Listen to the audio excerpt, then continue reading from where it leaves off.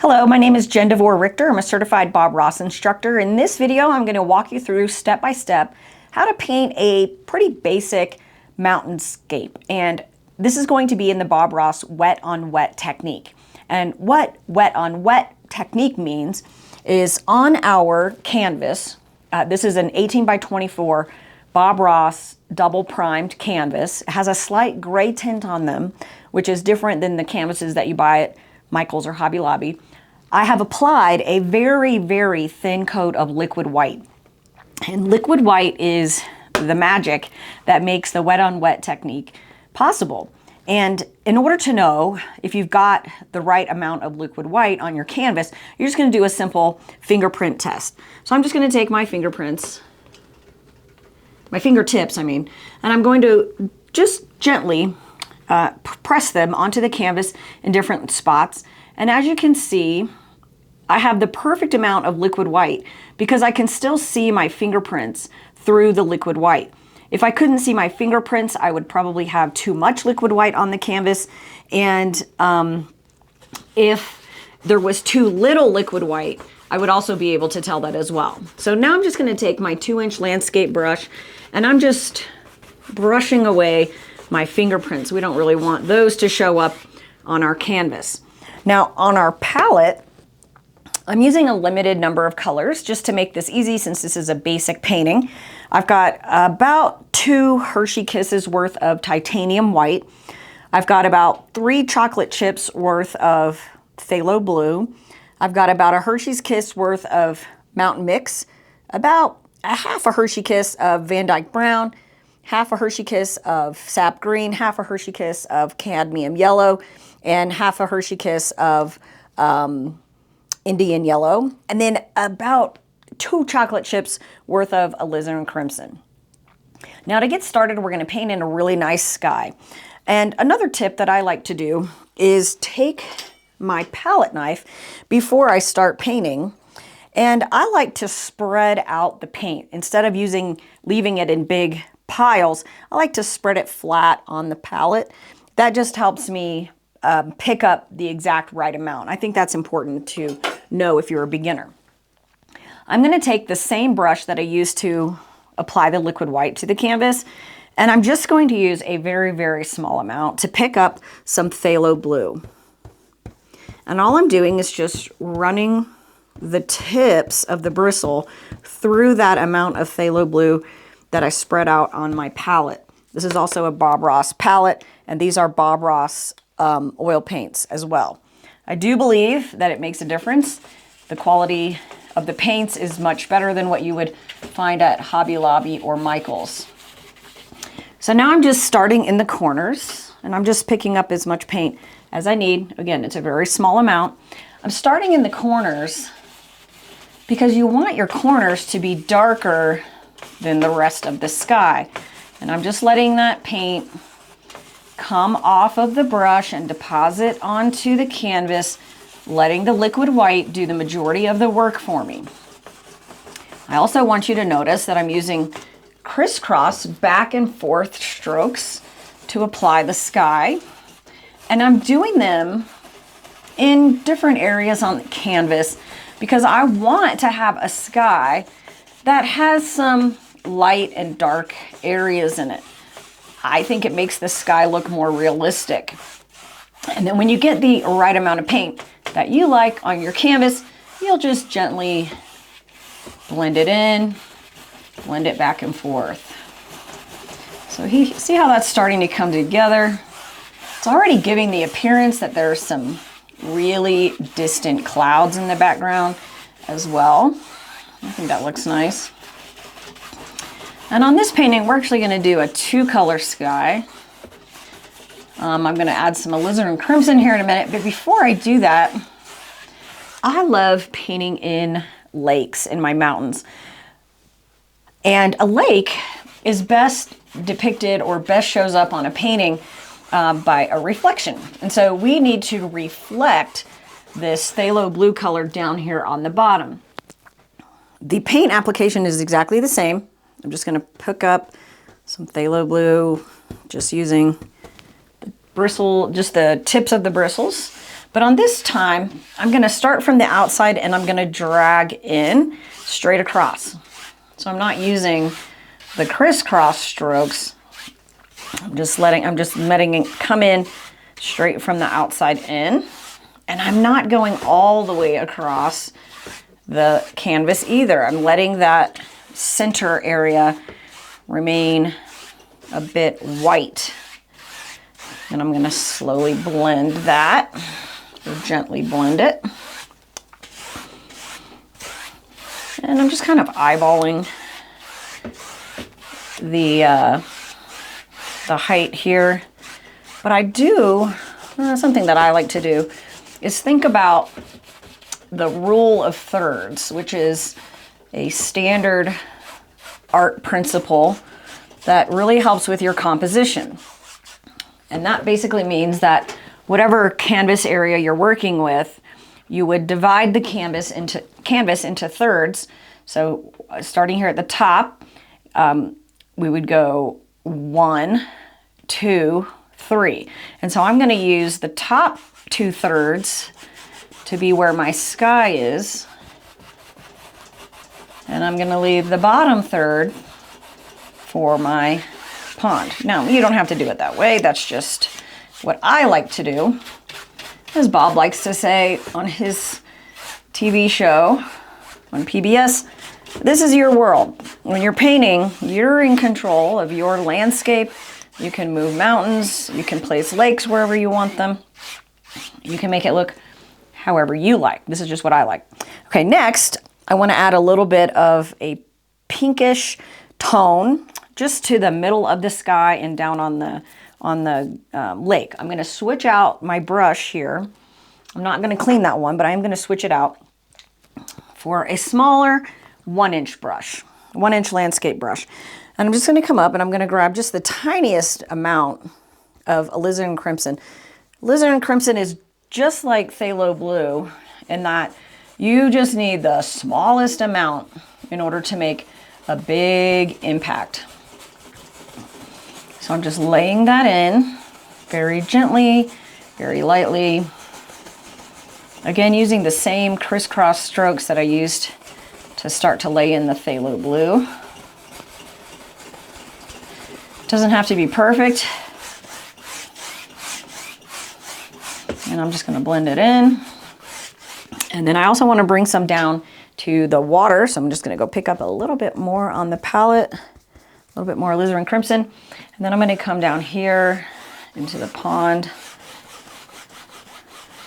And I think that looks really nice. So far this is very easy, a very easy painting and a very easy technique for a beginner. You can do this. Okay, so I'm going to put my 1-inch brush down now. And we're going to move on to painting a basic mountain. So I've switched out my brush for a palette knife. I couldn't think of the word. A palette knife. And this is the larger palette knife. There is a smaller one. And I'm going to use the long blade on the palette knife. And I'm going up here to my mountain mix. And again, you can see that it helps to have the paint kind of flat on the palette because that enables you to pick up a little roll of paint quite easily. Now, the first big decision you have to make is where does your mountain go? I like to put my mountains slightly off of center. So we're already using our rule of thirds, and now we're going to go slightly off of center. I think that makes the mountain just look a little bit more interesting. I'm taking the palette knife and I'm just going to gently place it where the top of that first mountain is going to go. And I'm letting the shape of the palette knife pretty much dictate the shape of the mountain. And I'm just putting a little bit of paint down. I'm not using a lot of paint, just a little bit of paint. And don't worry if your edges aren't perfect. You know, I live in Colorado. I live in Golden, Colorado, and I'm lucky enough, fortunate enough, blessed enough to be able to have mountains outside of my front yard and my backyard.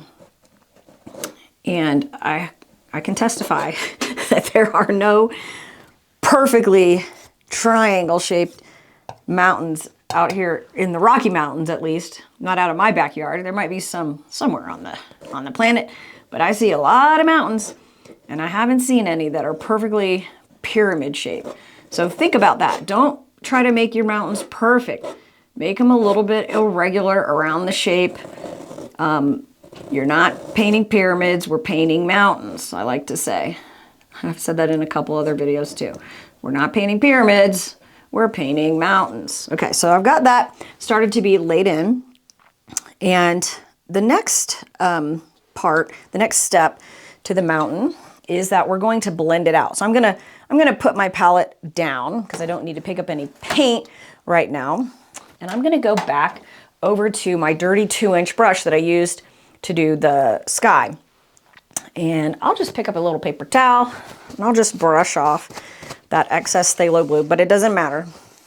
Now, another thing that I want you to notice is that I'm not using any water. Water does not mix well with oil paints, so you don't need water, definitely no. And I'm not cleaning the brush with a bunch of paint thinner right now. I know Bob does that on his TV show and people like to watch him beat the devil out of the brush, but I'm not gonna do that. I'm just gonna keep this simple. So I'm taking the 2-inch brush and I'm just going to place it right at the edge of the mountain. I'm gonna wiggle up as close as I can get to that edge of that mountain. And then I'm just gonna pull it down. Same thing, pull that down. Now I'm up in the center mountain peak, pull it down. And let's do that again on the other side. Pull it down. Wiggle the bristles up to the edge, pull it down. And same thing on this side, pull it down. That's it, there's nothing really to it. It's very simple. And these brushes look like you could paint your house with them. They're so large, but that's kind of part of the technique is in the power of the brushes and in the power of the tools. The tools and the liquid white do the majority of the work for you. So now we've got a nice mountain, and then I just like to blend out the bottom of the mountain. And we've got the bottom all blended out. And you'll notice how when you blend it, it starts to create a natural foothill as well. So now I'm gonna put this down because we're going the 2-inch brush down. I'm gonna pick up my palette again and my palette knife. Okay, so here we are, back with our palette knife. And this time we're gonna add the snow to the mountain. And so using the edge of the palette knife and our titanium white here, and you may even be able to tell that my titanium white is not exactly clean. I had a little bit of that phthalo blue residue on it, and that's okay. No need to panic if some blue or some other color gets in your titanium white. And I like to push the titanium white down as flat as possible onto the palette before I go to the canvas. I think that what happens on the palette is just as important as what happens on the canvas. So I've got my titanium white pushed really, really flat, and I even like to see some of the paint break, some of the paint break there on the palette before I take my little roll of paint. Now, I'm gonna come, this Indian yellow is leaking on me a little bit. Okay, so I'm gonna take my little roll of paint. We're just gonna come up to the mountain. We're going to take the palette knife and gently place it on the canvas, just letting the paint connect. I'm not pushing down. There's absolutely no pressure. I'm actually moving my fingertips away from the tip of the handle, and with no pressure, I'm just going to gently let the paint glide off of the palette knife and onto the canvas, letting the canvas take what it wants. I'm gonna reload, push that paint flat, get another little roll of paint, come back up, let the paint connect, and let the canvas take what it wants. And no two passes are going to look the same, and that's absolutely okay. Again, I'm gonna come back up to the palette, push the paint flat, grab a little roll of paint. Now, as you start to come down the canvas, you might want to make it look a little more interesting by maybe moving the palette knife up and down. That's up to you. But again, the key here is absolutely no pressure.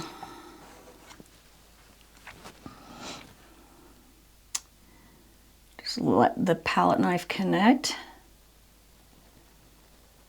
There we go. No pressure.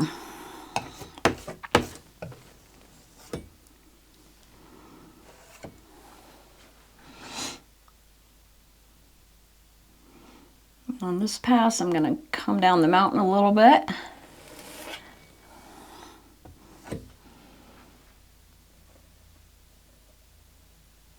The key is to hold this palette knife so loose that you feel like it could actually slip out of your hands.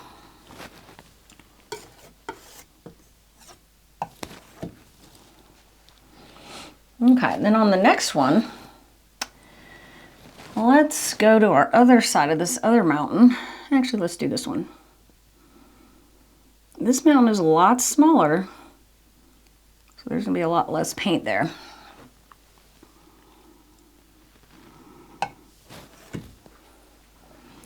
And we'll do a little bit on this guy as well.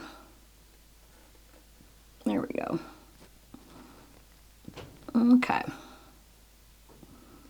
Now what we want to do is hit our shadow side of the mountain.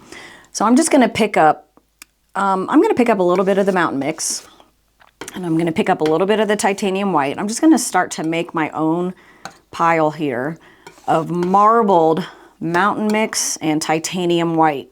Maybe a little more white. And I want it to be streaky and marbled like that. I think that makes it look way more interesting. So same technique. A little roll of paint. I'm going to come up to the canvas and just let the canvas take what it wants.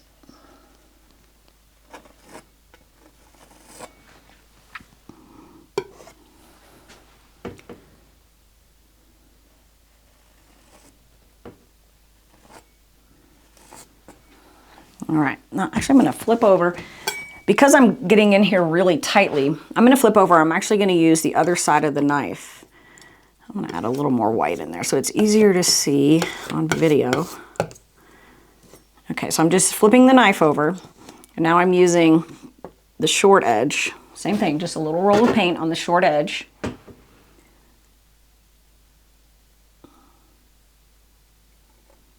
And just let the canvas take what it wants.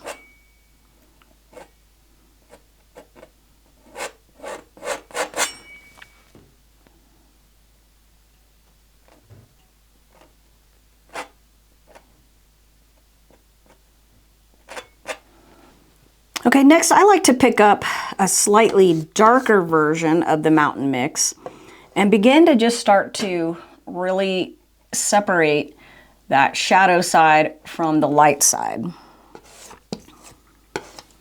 So I've just got a little roll of paint, slightly darker mountain mix.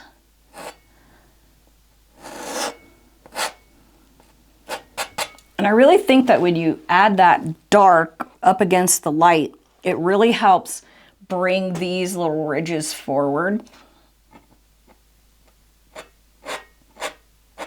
So you can add as much or as little as you want.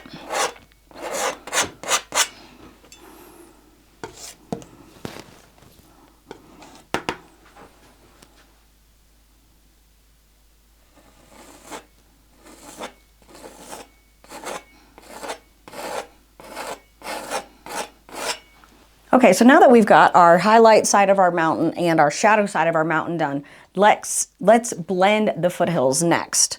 So I'm just going to put down my palette knife. I'm going to pick up my 2-inch brush, my 2-inch landscape brush, and I just want to make sure, using a paper towel, that there's not a lot of paint on this brush. I'm not cleaning it. Again, I'm not cleaning it using paint thinner or anything. And so next I'm just going to take the 2-inch brush and I'm just going to start to tap and walk up and down the mountain just to blend in some of that snow on the highlight side. And then same thing on our shadow side. I'm just gonna start from the outside. I'm just gonna walk it up. Not in every area, but in most. And then especially down here towards the bottom, just really making sure that that's really nicely blended. And you can even do some lift ups like this if you wanted to. But basically just tapping and letting the brush do the blending for us. Okay, so I think that looks nice. We've got a nice little sky and a mountain here. And next what I want to do is add in some background trees. So I'm going to put down the 2-inch landscape brush, and I'm just going to pick up a number 6 fan brush, and I'm going to use that same shadow color that we used on the shadow side of our mountain, that mountain mix and white mix. And I'm going to load this pretty heavy on my number 6 fan brush. So I'm just loading both sides. And then another tip that I like to do is just wiggle the fan brush through. And that really helps the fan brush come to a nice chiseled edge. So next I'm going to start over, like right around here. And just using a downward tapping motion, I'm just going to start to place in some background hills, background trees back here. And I'm varying the height. And then when I start to run out of paint on that one end of the brush, I'm just going to flip it over. Reload when I need to. And see, this is really very easy. Anybody can do this technique, right? You're just using downward motions. And then I want to bring these trees down, but I want to make sure that I leave the blended area of our foothills of our mountains. So I don't want to cover that up too much. Just using that downward motion. I think you can see that okay. Again, it doesn't have to be perfect. And then as I come down the mountain, down this hill, I'm letting these trees get smaller and smaller and smaller. There we go. And you can go back in and you can fill in any spots that may look a little light to you. Just putting a bit more paint down on that bottom area, reloading my brush, doing that wiggle through.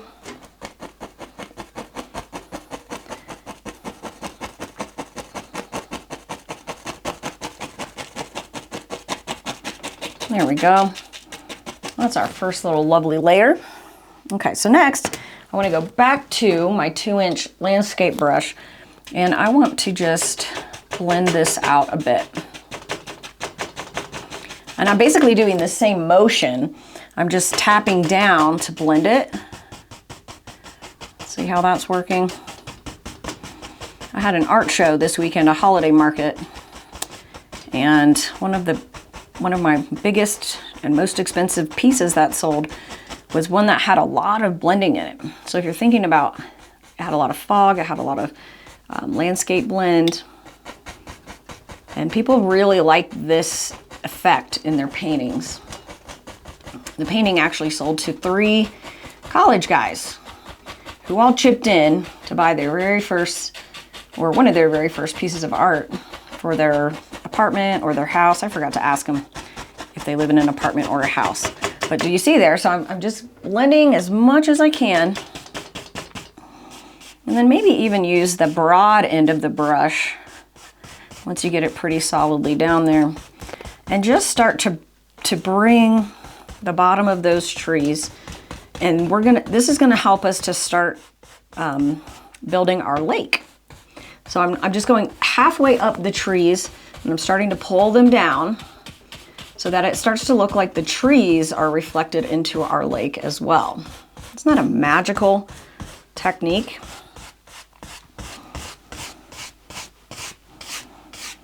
Wow. I think that looks really nice already. Okay, and then for our final step on our tree line, and our lake, I'm just going to take that same brush and make sure that it's pretty clean. We just want to make sure we are constantly wiping it off when you're blending. I'm just going to come straight across the water. And that really starts to make it look like a lake line.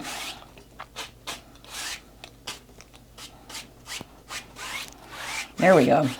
Ooh, that looks really nice so far. So now we want to start to cut in a little bit of that lake line. So I'm going to go back to my palette knife. I'm just going to wipe it off. I just want to make sure I don't really have a lot of paint on it.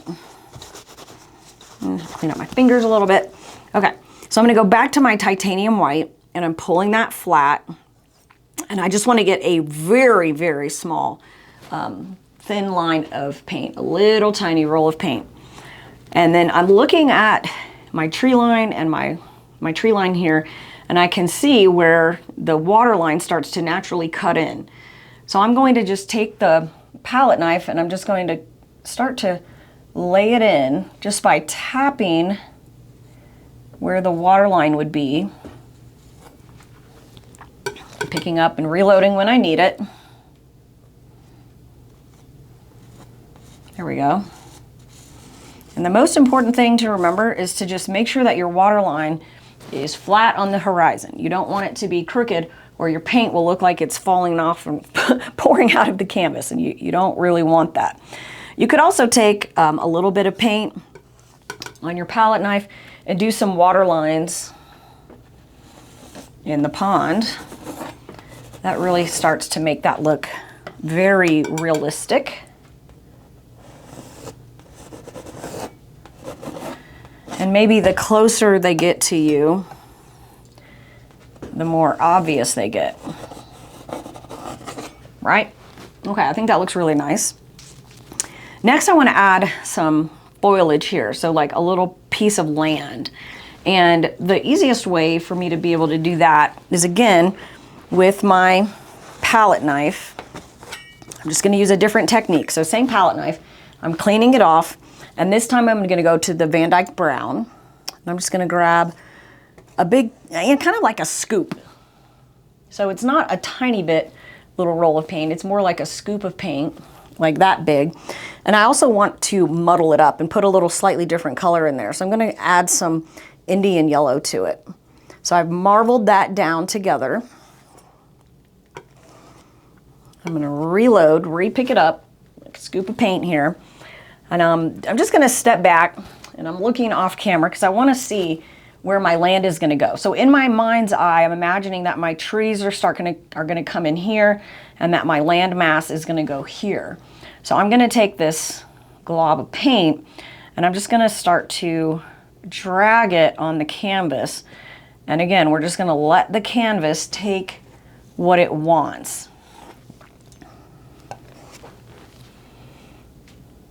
And by having that Van Dyke Brown and the Indian Yellow all mixed together, it's automatically giving us the appearance of highlight and shadow quite easily.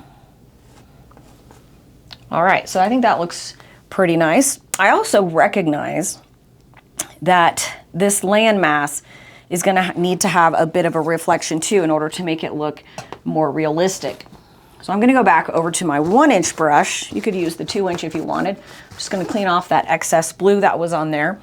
And I'm just going to come wiggle up to the edge. I'm just going to pull down slightly because I want to get some of that dirt color into the water to make it look like a bit of a reflection there.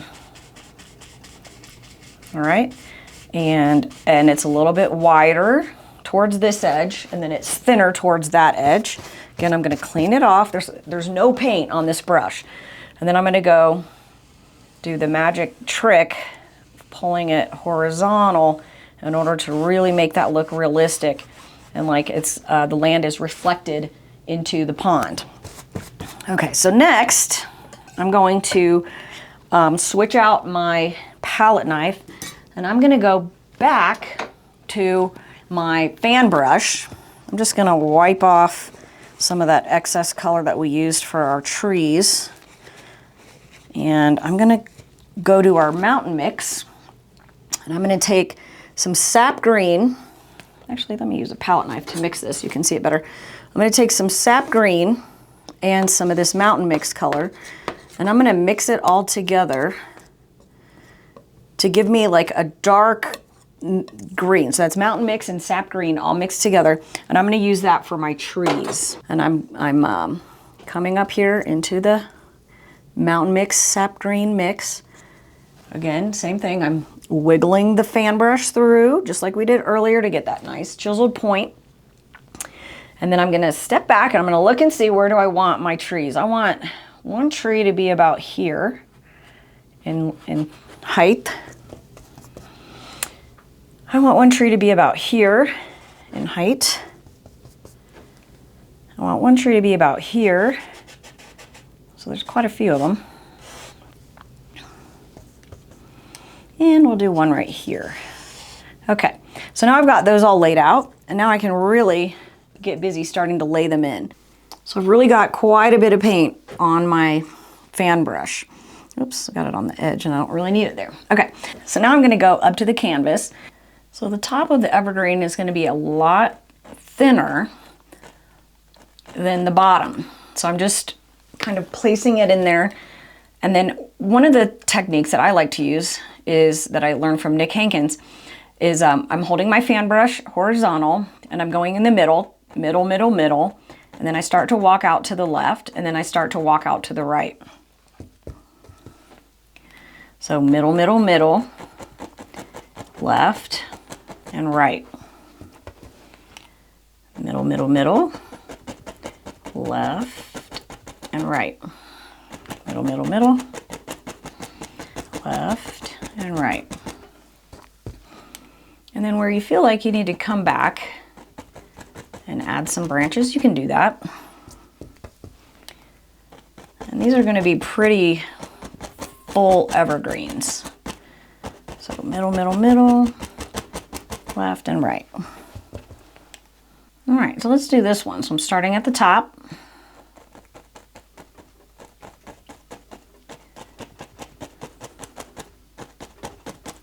Working my way down.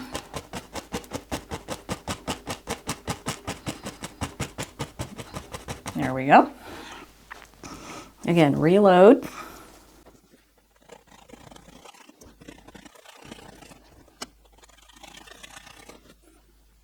Okay, now that we've got our tree line in, I just want to go back, and I'm using this fan brush in the same technique. I'm just adding some foliage onto this ground here, just some ground cover.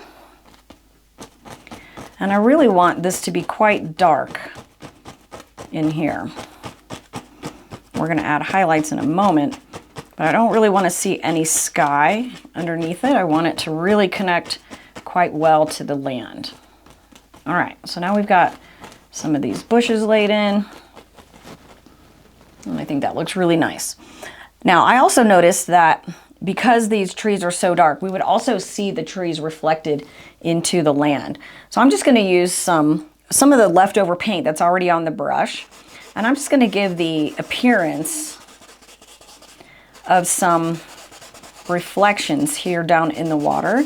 And I'm making the reflection basically the same height as the trees. This one's quite long.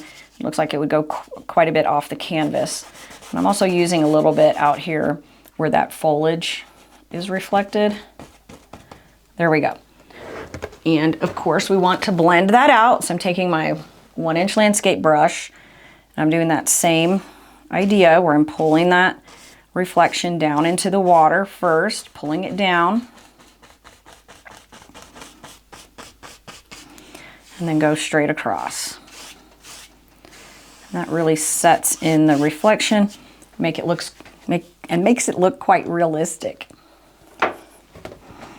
So just like we did our water line in the back on our tree line, we also want to do a water line on our land and separate the land from the water here. So I'm just going to go back up into my titanium white on my palette knife. I'm just going to get a little roll of paint. This is really small. And I'm going to do the same idea. I'm just going to touch where that water line is. That looks really nice. So just touch I'm just going on the very end of that piece of land. That just helps separate it a little bit, makes it look more realistic. And then I'm also going to add my little touches of water lines down here as well, just ever so slightly, moving them back and forth very gently. Nice. I think that really helps that. Okay, so now what we want to do is we want to add the details to our evergreen trees. So I'm going to take that this palette knife, and I'm going to go back into my brown and cadmium yellow. Oh, I just picked up a little alizarin crimson. That's all right. I'm going to go back into my brown and yellow, and I'm pulling it flat on the palette, and I'm going to cut off a little roll of paint here.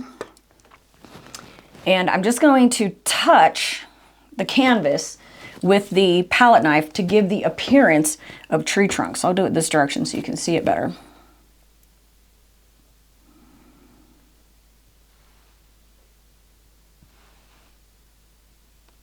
Just touching to give the appearance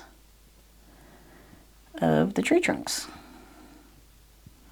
And these ones are smaller, so they're going to be quite thinner tree trunks. Okay, I think those actually worked out really nicely. Perfect. Now what we want to do is we want to highlight our evergreen trees and our foliage here. So I've got a clean fan brush. This one's slightly smaller. It's a number 3 instead of a number 6. And I'm going to dip it into a little bit of liquid white here. You can't see it. It's on the shelf underneath. I'm dipping it in to my liquid white. And then I'm going to come back up to my palette. I'm going to pick up a blend of green and yellow. And I'm just mixing it right on the palette because I want it to be mottled. I don't want it to be a solid continuous color. And another tip that I like to do is to take some of the alizarin crimson and put it in there, and that really helps dull it down so that it doesn't look neon when you put it on the canvas. And the liquid white is important because the liquid white helps thin it down. And in the wet on wet technique, thin paint sticks to thick paint. And so since we've got a lot of thick paint on here already, I want this to be quite thin so that it will stick. I'm also paying attention to the direction of my sun, and the sun's light is going to come this direction. And so I'm just going to take the very tip of the fan brush. I'm going on the very outside edge of the branches.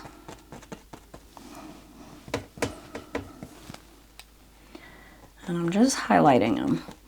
And I really think adding that little bit of alizarin crimson to the paint really helps make that highlight color look a little bit more realistic than if you just put, you know, cadmium yellow and sap green on there. It really does help give a better effect. I think that's just important.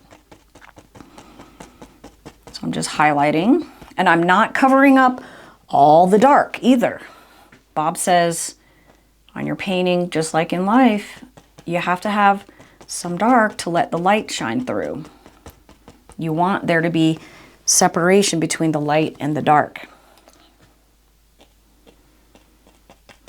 I'm going just on the outside edge of each branch. Okay, so now the trees are highlighted. So let's do a little bit of highlight on our foliage there. I'm reloading the brush. Again, I'm just going on the outside edge.